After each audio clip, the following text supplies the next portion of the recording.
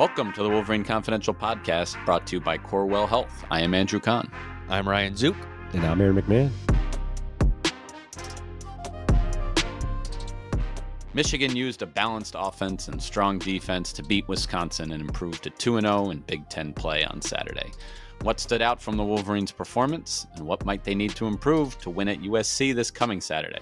We discuss coming up on Wolverine Confidential.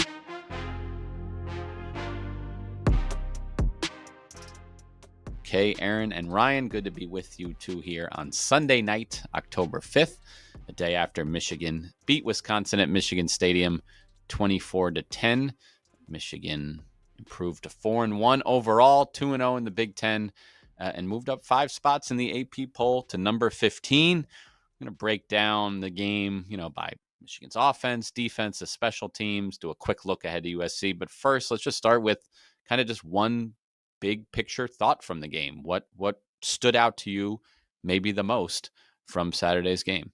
They won another game without playing a complete game. That's been a topic with this team all season long. They've won in different ways.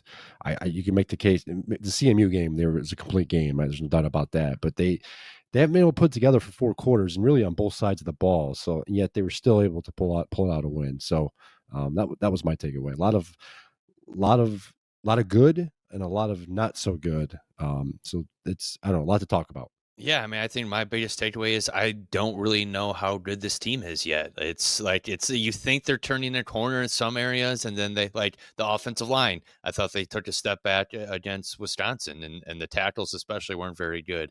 The defense was punching them off early. It's okay, they might be not as good as we thought, but then they recover. And I thought the receivers with the drops, it's okay, Cheney Goodwin gets sat a little, benched a little bit. Samaj Morgan continues to struggle a little bit, but here comes Andrew Marsh. So it's it's a lot of moving pieces, a lot of hits and misses, just not enough consistency, I think, to consider this team like a true contender at this point.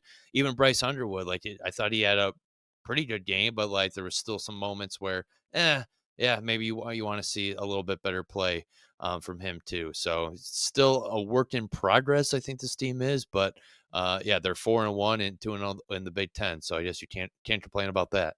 Yeah. All right. Well, let's get into this game a little bit. The offense, opening drive was a huge success. We talked about this coming in extensively. Wisconsin entered the day number 1 in the country in run defense. Michigan, obviously a really strong ground game, strength for strength. And I would say Michigan won that battle. Wisconsin had not allowed a 20-plus yard run all game. They got that on the, fourth snap of the game, which went for 43 yards, in fact. Again, well over the average, 175 yards they put up on the ground. Wisconsin only allowing 50. And yeah, Michigan opened it up a little bit with some passing plays, I guess. Yeah. What would you guys say about Michigan's offensive performance? A lot to like. I like the way Bryce Underwood played. I thought he played a relatively clean game. Stat line, statistically, it was his best game of the year. You could make a case maybe it was his best game of the year just from a passing standpoint. Again, he had to deal with some drops. That's one of the issues I keep coming back to. Like the receivers can't hold on to the football, and there were three culprits on Saturday, 3 more culprits, I should say. It's names that we are familiar with: Samaj Morgan, Max Bredesen, which I thought was a little bit of a surprise, and then Kendrick Bell. So it's clear the receivers are still trying to get used to Bryce throwing the football and just the zip on the ball. But I thought he was good. 19 to 20, 28 for 270 and a touchdown. His quarterback rating was exceptional. There were some big plays there. Again, we've seen the talent just throwing the football. Not only him, but receivers too. I thought McCulley played his best game of the year. Andrew Marsh was a nice surprise. We had heard his name coming in. He kind of stepped up for Channing Goodwin, who was basically benched, and then Justice Haynes. It was more the same from him, right? Like we talked all week long about Wisconsin's number 1 ranked rush defense, and how Michigan would fare against them, and it was more the same from the running game. They almost ran for 200 yards, 2 touchdowns. Justice Haynes broke another big run. There's a lot to like. Now there's some things not to like, as I pointed out. The drops weren't good. The offensive line wasn't particularly good in pass protection, I thought, in the first half. They cleaned things up a little bit in the second, but it wasn't near what we are grown accustomed to. I think you're going to see some changes going into US next week. But no, I mean, it was enough to get the job done. We knew where Wisconsin's strength was, and it was up front. Michigan did their best job to neutralize that, and they got enough in the passing game to make it work. Yeah, I mean, I think Justice Haynes is playing at an MVP type level right now. I mean, I knew he had a pedigree and was a 5-star prospect and had some success at Alabama in a rotational role, backup role, but to see him kind of ascend into this number one back and to be one of the leading rushers in the country is pretty exceptional. And to rip off a couple long ones against a really stout Wisconsin defense. I mean, he's the heart and soul of. I mean, yeah, Bryce Underwood's always going to get a lot of attention, being the number one overall recruit. But this offense runs through Justice Haynes, and it's really impressive.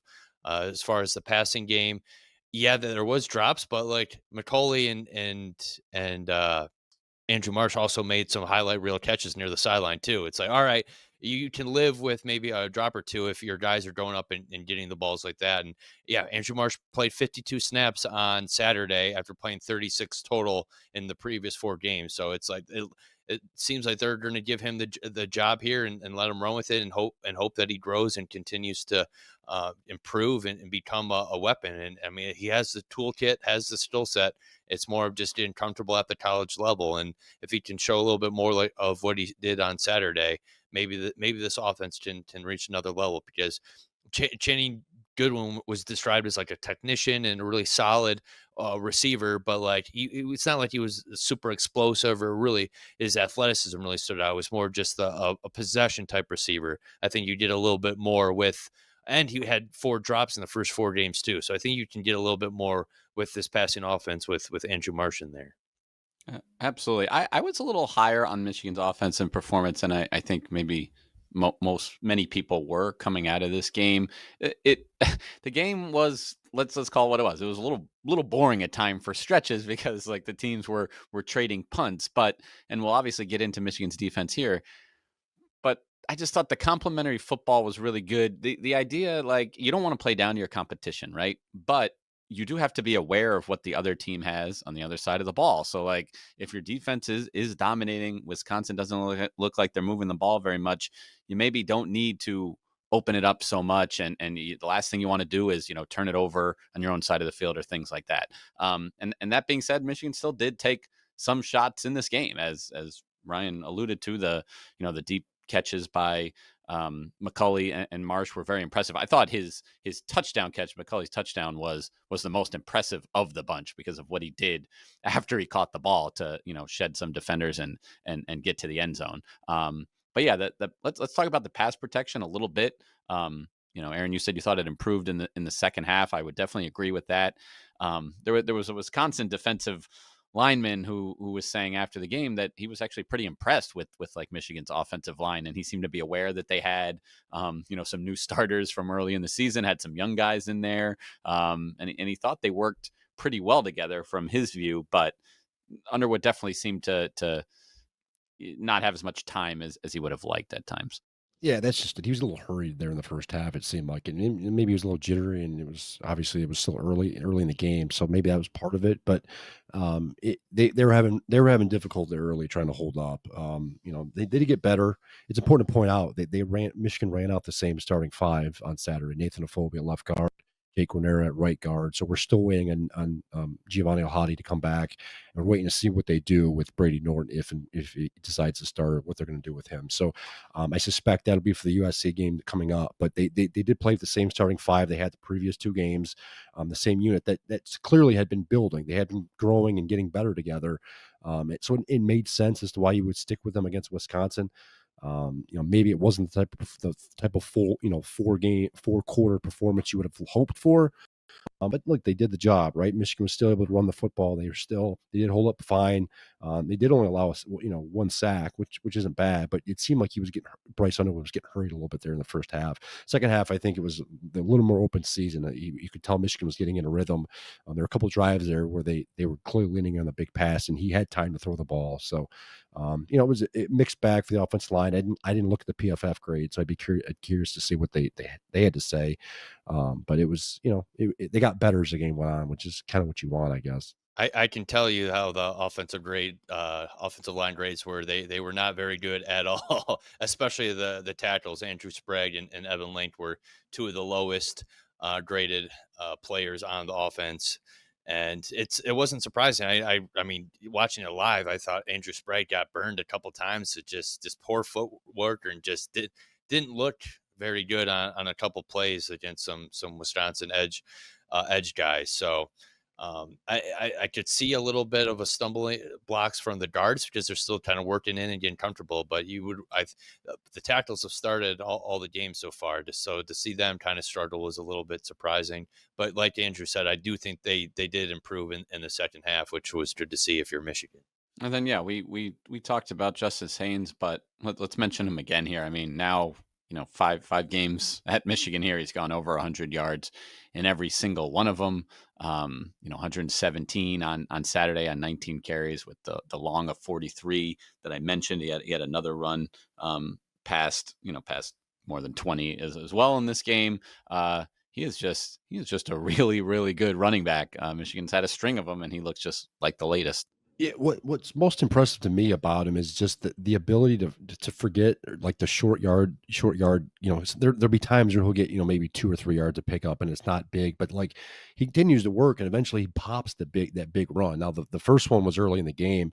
I think it was a designed outside zone run, and it clearly worked. But like, he does nothing phases him. Like, he continues to work hard. He continues to push, and he eventually pops those big runs. You mentioned the 23-yard run he had. Otherwise, I mean, if you take those two out, he had 17 carries for about 60 yards. So nothing great, but those big runs were just enough to make things work. So, and same thing, Joe Marshall, he had a 19-yard run as well. So Michigan got enough big runs to make it work.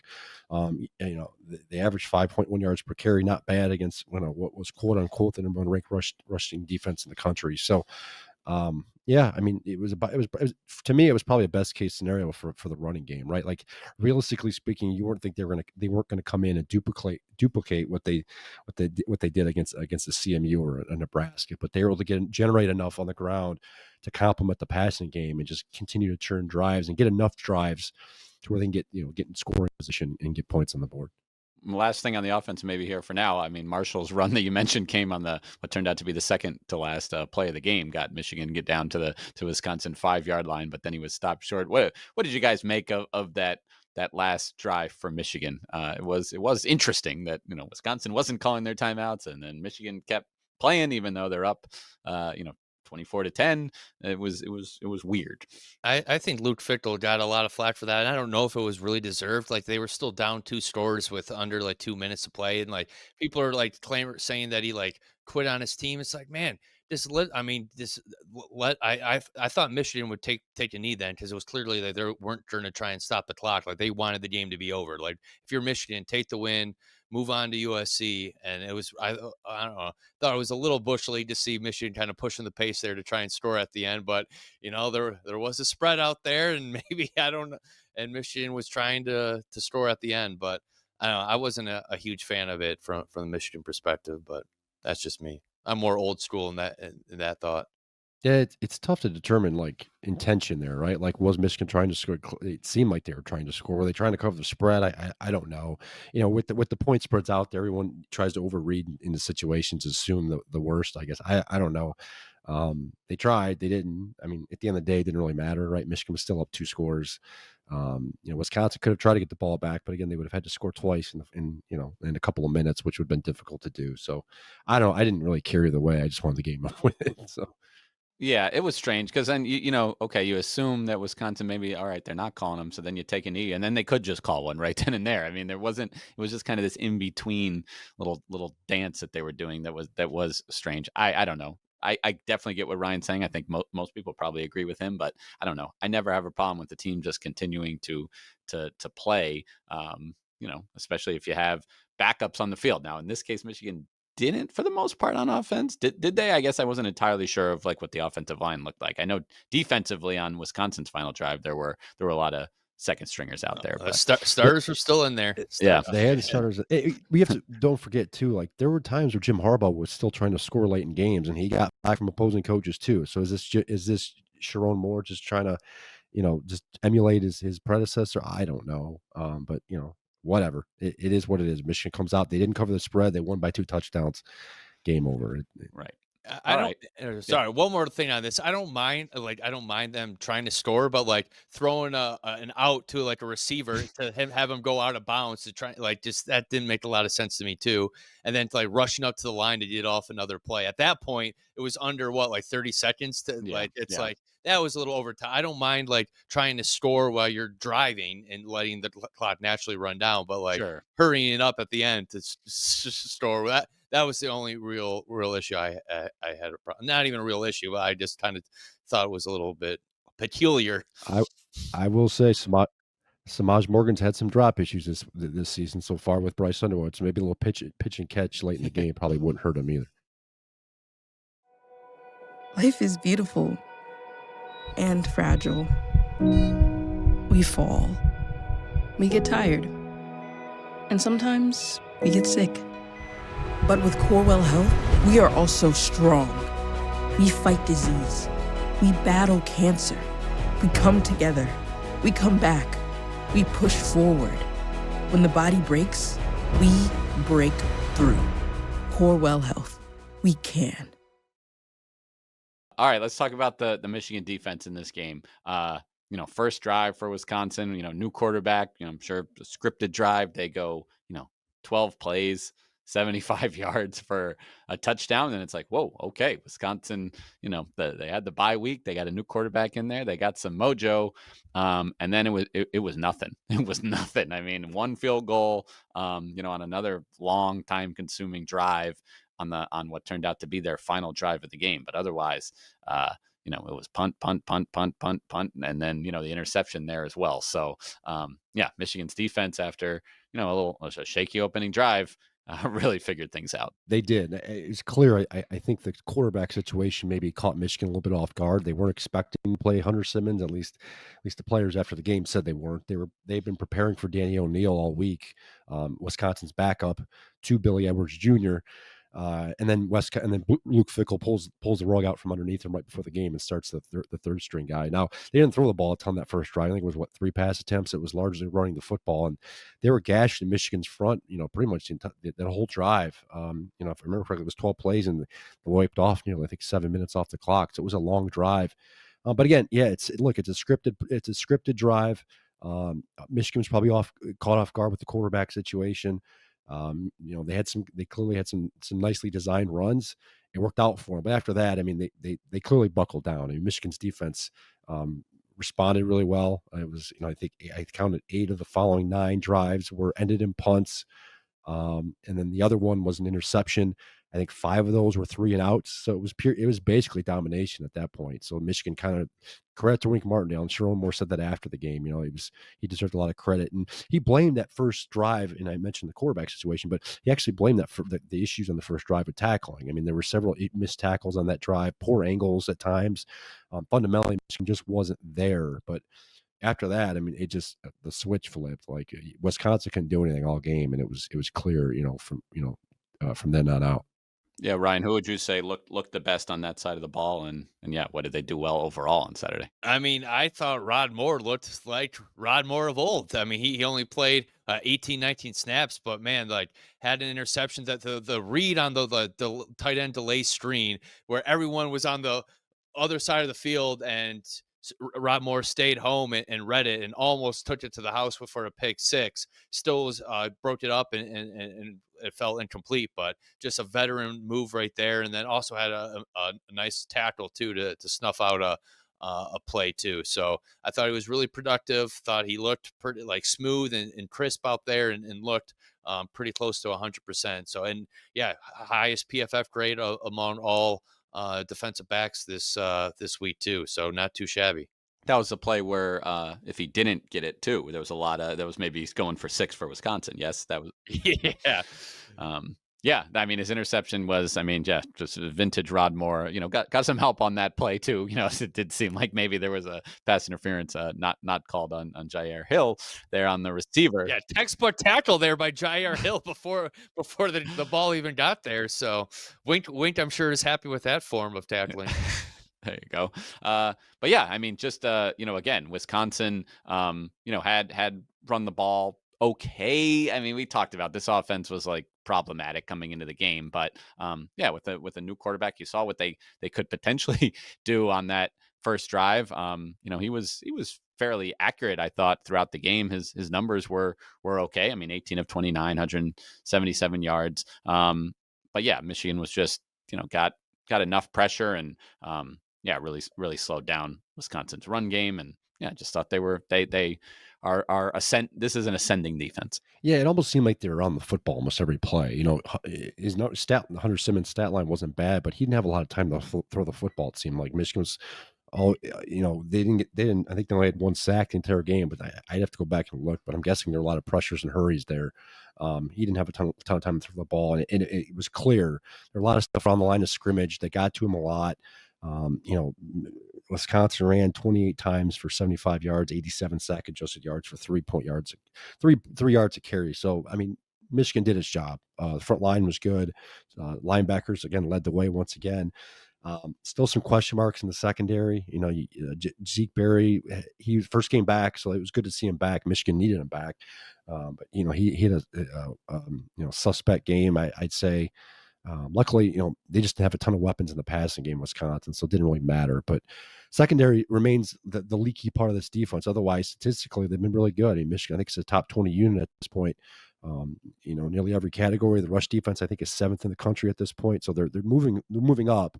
But again, this Wisconsin offense was very much kind of one dimensional coming in. So you knew what they're to expect. So yeah, it was a good game, and they adjusted well.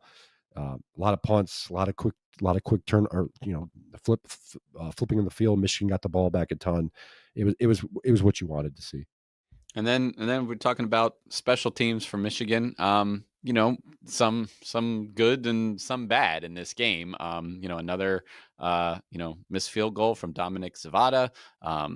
And the snap was not great in that case. I think it was worth pointing out. Now it is a different different snapper, different holder than last season. William Wagner, the snapping in the NFL now for the Bengals. He was the guy the last couple of years. Now they got a new operation there, and it all works together. But yeah, thought maybe Zavada had come back, shook that rough game, against Oklahoma, but now another short miss.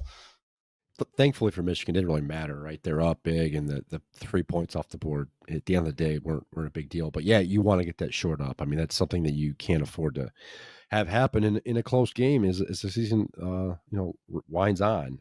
He did hit a 40-yard field goal early in the game, so it looked fine early. I will say, from the special teams perspective, I thought this was Hudson Hollenbeck's best game. I mean, he had 4 punts, averaged 50 yards a punt. He had 2 inside the 20.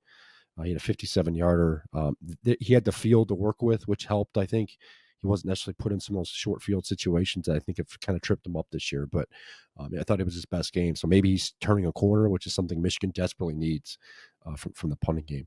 Yeah, I still wonder about the punt return game a little bit too. Samaj did have 1 return for 13 yards, but it still doesn't seem like he's gauging the punts very well and letting a lot drop, and other teams trying to pin Michigan further deep than I'm sure fans and the coaches would like to see. So I think that's one area that could continue to be improved. But again, it can't be, not everything can be perfect, and still things are a work in progress. Yeah, absolutely. Things to improve on. And I guess, I'll get back to kind of what you guys were talking about, early on in this episode, which is, do we know how good this Michigan team is yet? And will we learn next week? Like, does at USC count? I mean, they were rolling 4-0, and then they lost it at Illinois in a tough game there, on a last second field goal. So coming off a bye now, they did not play this past Saturday. Like, because if that game isn't going to really tell you about it, then I kind of wonder looking at the schedule. I mean, we've had this in past years where it truly was like not until November with the way the schedule shook out. But yeah, after USC, it's Washington, Michigan State, Purdue, Northwestern, Maryland. So you're going to say it's not not until the final regular season game? I don't know. I guess I'd like to hear what you guys think, or is it more about how Michigan performs than the opponent? You have to remember too, like this is the time of last year. I know it's easy to look back on last year and think how bad the season started or season went. They were in a 4-1 situation this time last year. They went and they were going on the road out to Washington as a West Coast trip. And that's kind of when things went south. Now, I do think this team is better positioned than they were last year. The quarterback plays exceptionally better. They probably have a little bit better, options at receiver. Still question marks at the offensive line, but I think they're better positioned than they were at this point last year. But I think it's unrealistic to expect. I was talking earlier when we opened the podcast about Michigan putting together a complete game, and I don't know if it's realistic for them to do it at USC, a cross country road trip against a formidable Big Ten opponent. I think the name of the game coming up this Saturday is to get out with a victory and do it any way possible. It doesn't necessarily have to be clean. They just try and get a win. So that, I don't know. Will we find out how good this team is, 3 weeks from now, 2 weeks from now, Saturday? I don't know. But at this point, I think it's all about stacking wins, building more confidence, and showing that you can win, not only win Big Ten games, but doing it on the road, crossing 3 time zones, playing in different, different times. So I think you just got to go out and win the game. And that game against Washington this time last year, they were in it for the first 2.5 quarters and then they let it go. But again, it was a different year, different personnel, everything else. So I don't know. I think this team is better than it was last year. I just don't know how much. And luckily for them, their schedule is a little bit more easier than it was last year. So they're in a better position to, I think, try and backdoor their way into a playoff. But clearly, I mean, they're feeling good about themselves. They're 4-1. There's an opportunity to stack some more wins here. We talked about it beginning of this year, right? This USC game, in my mind at least, was one of those toss-up games. They can go in and win it. I think it bodes well for the rest of the year. If they lose, you're starting to wonder if this is going to be a 8-4, 9-3 years. So I don't know. Another litmus test, I think, coming up for sure. Yeah, I mean, especially with Penn State going to UCLA and losing last week. I mean, the West Coast factor is really hard to gauge. It's like on paper, I do think Michigan's a better team, but that for some reason teams in Eastern time zones go out to the West Coast and just start late or just can't string together 4 full quarters. So I don't think USC's defense is very good, but I think this will be a really good test for the Michigan defense because they can put up points, they can move the ball and on the ground and through the air. So if the Michigan defense can hold USC to under 350 yards, I think they'd have a pretty good shot at winning because I think Michigan should be able to move the ball against the Trojan defense. But again, going out to the West Coast, it's hard to predict and prepare for. Yeah, I mean it is a 7:30 Eastern time start to the body clocks of the Wolverines, 4:30 out there. But yeah, I don't. Yeah, if you want to talk about last year, I think they've shown more so far this year than Michigan did last year at this time. Their non-conference wins have been more impressive. The margin of victory and then the game against Texas and Oklahoma are comparable as far as opponent, and one they were not competitive in, and the other this year on the road at Oklahoma, they were in it at least, and then even in the 2 Big Ten games, those Minnesota and USC kind of snuck, eked out wins in those games, and a little more not blowout wins, but a little more confidence, I think. They're winning games without throwing 6 yards for a whole game like last year. Yeah. Like that was abysmal. Yeah, there's definitely more balance to the offense, and yeah, I think it's just more upside when you have a true freshman quarterback and some other young players at different positions. But yeah, that'll be interesting because I think I saw an early line already that Michigan is a small underdog. Yeah, it'll be a certainly a bigger test, their biggest test since the Oklahoma game or since the Nebraska game. I don't know what you want to say, but this is a chance to get a better look at Michigan. No doubt about it. And the total's at like 56. So they're, odds makers are expecting kind of a higher scoring game here, which I would think would favor USC just because they have the maybe more explosive offense. But again, I don't know. Michigan surprised me a little bit against Nebraska. They played better, but again, I'm waiting for them to put it together 4 quarters. I don't know if they can do it in Los Angeles, but I have been told they in a change from last year, they do plan to go out west earlier. They're going to fly out Thursday night as opposed to Friday to try and get more acclimated, I guess, to the time zone and everything else, and the change. So we'll see if that helps them. Maybe they learned something from last year. But there's no doubt about it. It's a big challenge coming up, having to do that and then play in an environment they're not familiar with. I mean, Michigan hasn't played in the Coliseum in 1957, I believe, was the last time. So none of these coaches or players are familiar with the atmosphere, the environment. Look, and USC's no slouch. They're a good team. This isn't like this is a UCLA situation. So I don't know. Another challenge coming up. I'm curious to see how they respond. All right. Well, you can read all about it on MLive.com/Wolverines. We'll have some more coverage as from this Wisconsin game, but mostly at this point, it'll be looking ahead to Michigan at USC next Saturday. Thanks for listening.